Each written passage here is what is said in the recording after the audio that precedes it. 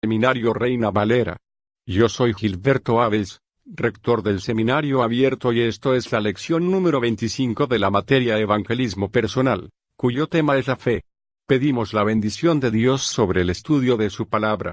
Empecemos. 12 diálogos bíblicos.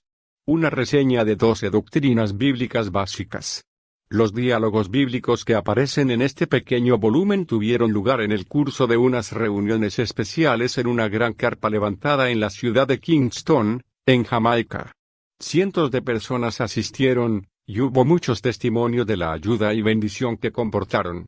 Estos diálogos se proponen presentar, de la forma más sencilla posible, para ayuda de convertidos y de jóvenes cristianos, algunas de las verdades fundamentales de nuestra santa fe. Se presentan con la esperanza regada con oración de que Dios quiera en su gracia usarlos para la confirmación y la consolidación de los corderos del rebaño de Cristo. Harold D. Barker. 1. La fe. Preguntas por Lambert, respuestas por H. P. Barker. El tema que hemos escogido para nuestro primer diálogo es de importancia primordial, porque la fe es el gran principio sobre el que Dios otorga su bendición. Cuando brotó la angustiada pregunta, ¿qué debo hacer para ser salvo?, de los labios del carcelero en Filipos, la respuesta inspirada no le invitó a orar, a esforzarse o a hacer votos, ni nada parecido. Se le dijo que creyera en el Señor Jesucristo, y sería salvo. Nada que él pudiera hacer le serviría para ganar la salvación de Dios. El hacerlo había cumplido todo Cristo. Todo lo que queda al pecador es apropiarse de los resultados de su poderosa obra por la simple fe. ¿Qué es la fe?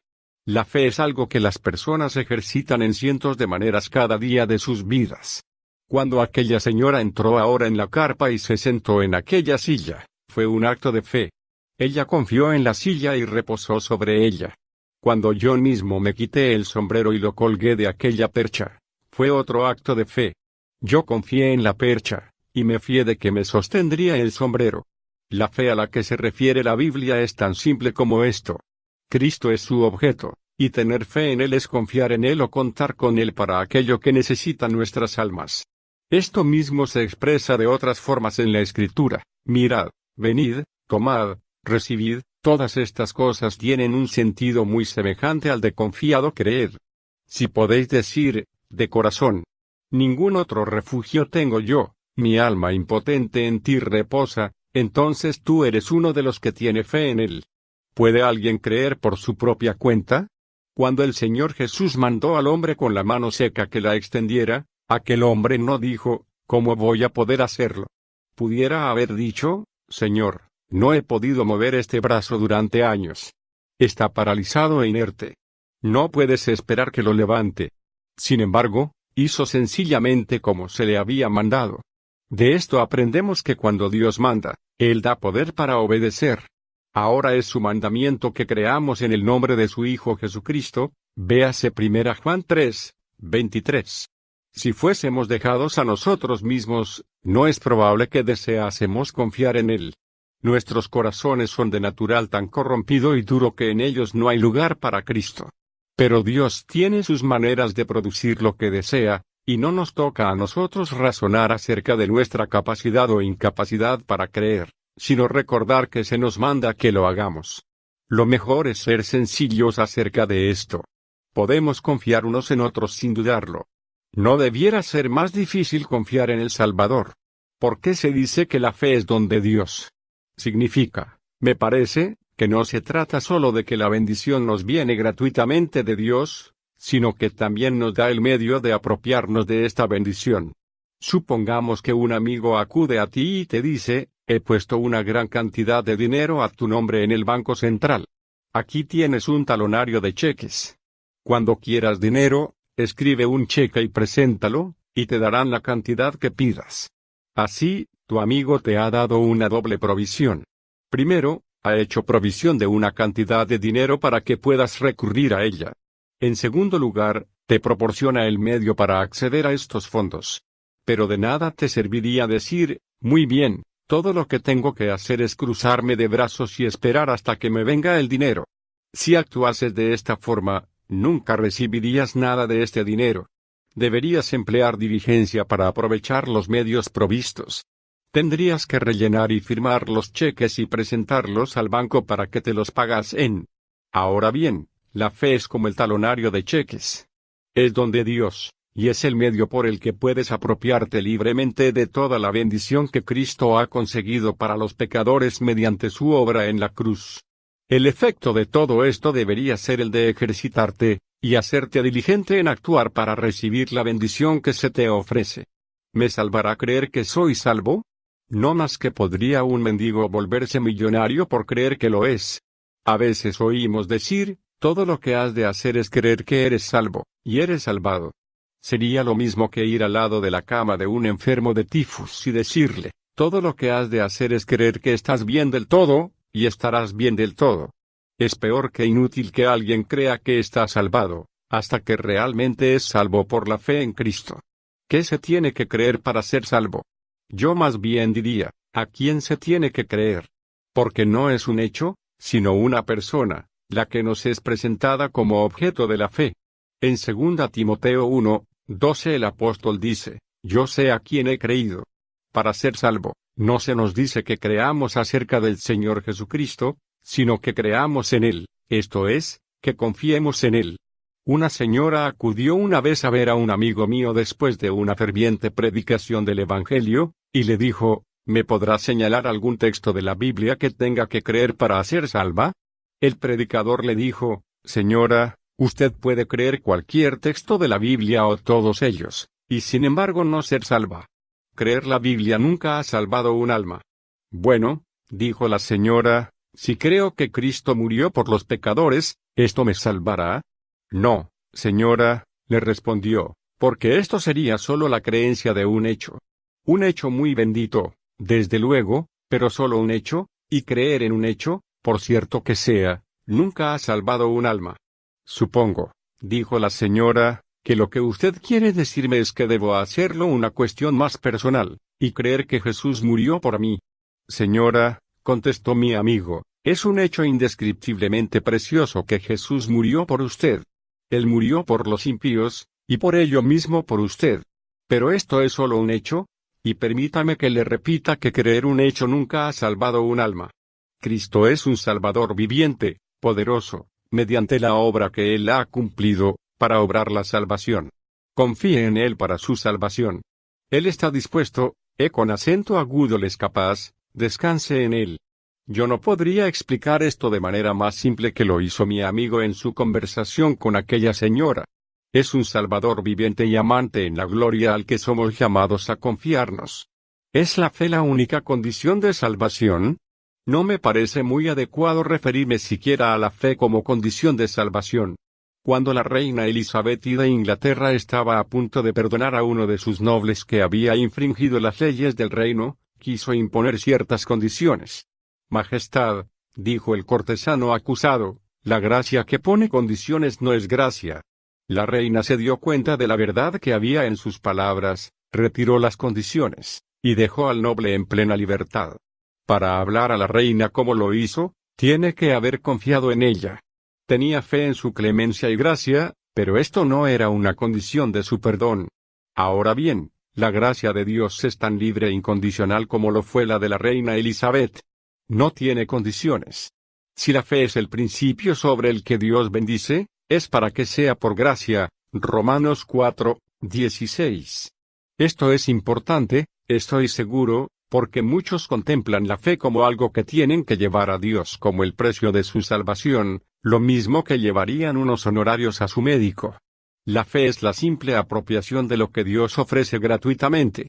Pero es probable que mi amigo, al hacer esta pregunta, tenga en mente algo que siempre va de la mano de la fe verdadera, y esto es el arrepentimiento. Son dos hermanas gemelas. Cuando uno realmente se vuelve al Señor con fe, uno siempre se aparta del yo con repulsión, y esto es lo que yo comprendo por arrepentimiento. Me siento más bien escéptico de la llamada fe de aquellas personas que nunca han estado ante Dios en juicio propio acerca de sus pecados. ¿Cómo puedo saber si mi fe es de la clase correcta o no? La gran cuestión es, ¿descansa sobre el objeto correcto? Si es así, aunque sea débil y pequeña, es sin embargo fe de la clase correcta. Supongamos, por ejemplo, que estoy enfermo. Puedo tener una gran fe en una cierta medicina para curarme.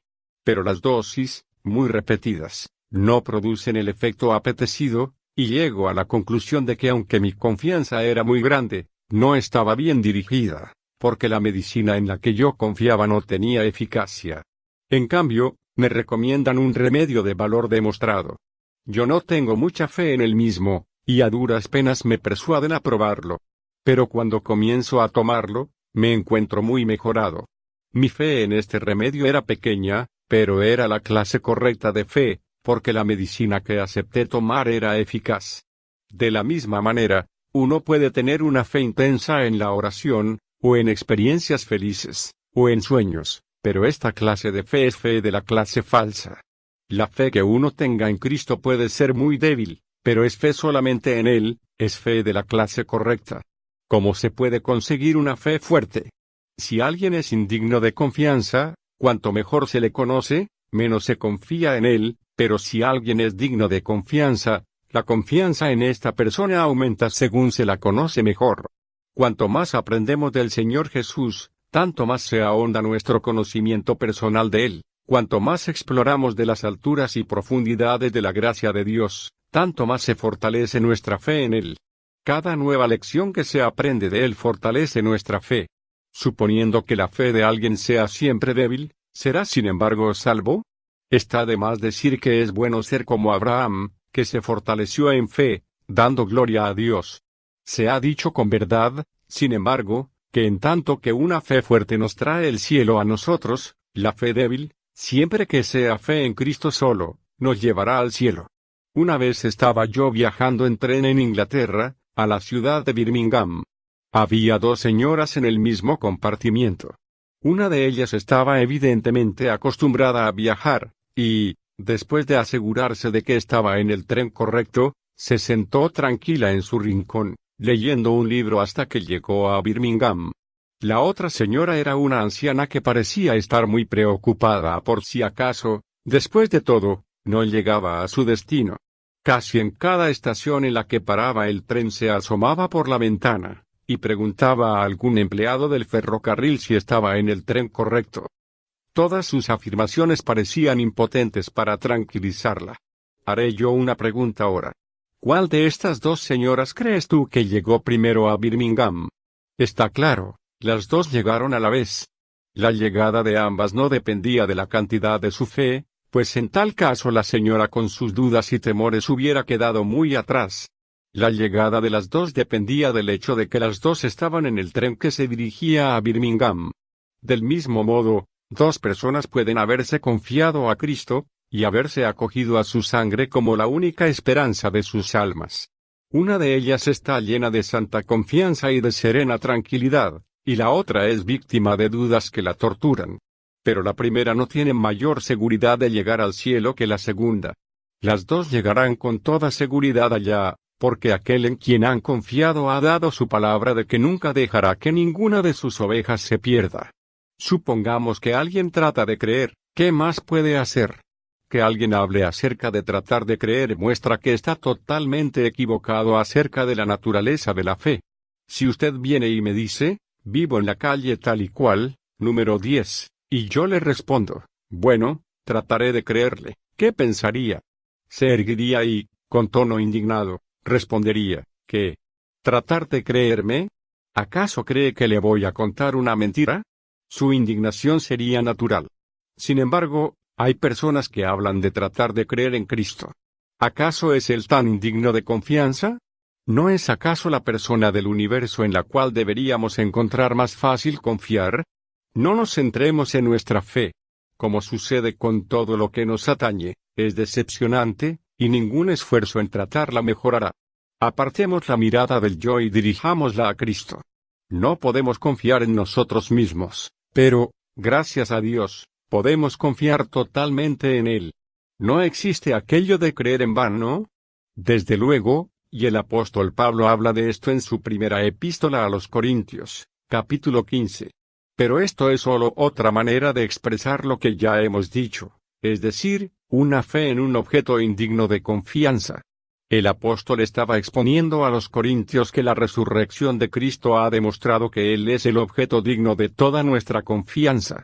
Si Él no hubiera resucitado, esto hubiera demostrado que la carga de nuestros pecados era demasiado grande para que Él pudiera llevarla. En tal caso, la fe en Él hubiera sido en vano. Pero Él ha resucitado de los muertos, lo que demuestra que su obra de expiación es completa. Él está sentado en el cielo como poderoso Salvador. Nadie que confíe en Él confiará en vano. ¿No debe la fe ir de la mano con las obras? La fe sin obras está muerta, pero es la fe la que salva, no la fe y las obras. Las obras vienen como la evidencia de la realidad de la fe, y tienen mucha importancia. Desconfío de quien me dice que cree en Cristo y que sin embargo no es celoso de buenas obras. Cuando se ve humo saliendo de la chimenea, se sabe que hay un fuego dentro. No se puede ver el fuego, pero el humo es evidencia de su existencia. Sin embargo, es el fuego, no el fuego y el humo, lo que da calor. La fe es como el fuego, las obras son como el humo. Van de la mano, pero no para conseguir la salvación. Ninguna obra que podamos hacer podrá añadir valor a la obra realizada por Cristo en nuestro favor. La fe reposa en su obra, y se hace patente en obras que hacen los salvos por gratitud a Él. Por gracia sois salvos por medio de la fe, leemos. No por obras, para que nadie se gloríe. Pero en el siguiente versículo se nos dice que hemos sido creados en Cristo Jesús para buenas obras. Efesios 2, 8-10. Así, cuando creemos en Cristo, ejercitamos la fe una vez por todas, o es algo continuado. Al confiar en el Señor Jesucristo para perdón y salvación, confiamos en aquel que nos dará lo que buscamos una vez por todas. Del juicio que merecen nuestros pecados, del infierno hacia el que nos estábamos precipitando, de la ira que pendía sobre nuestras cabezas, nos confiamos a Él para que nos libre una vez por todas.